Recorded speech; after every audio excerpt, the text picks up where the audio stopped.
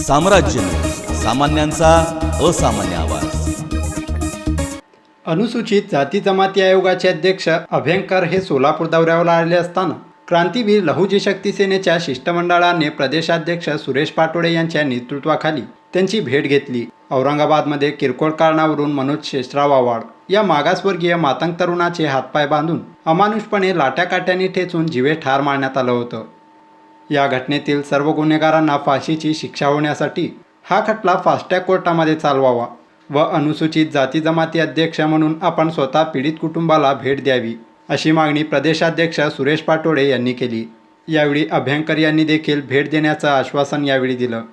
या प्रसंगी दक्षिण सोलापूर तालुकाध्यक्ष विक्रांत हटकर, विश्वेश्वर गायकवाड, महेश जोगदंड आदी उपस्थित होते। अनुसूचित जाती जमातीची शैक्षणिक, सामाजिक, आर्थिक व सांस्कृतिक अशा सर्व अंगांनी प्रगती होऊन हे वर्ग समाजाच्या मुख्य प्रवाहात येण्यासाठी शासनाकडून विविध विकास योजना राबविल्या जातात, परंतु या योजनांची अंमलबजावणी प्रभावीपणे होत नाही।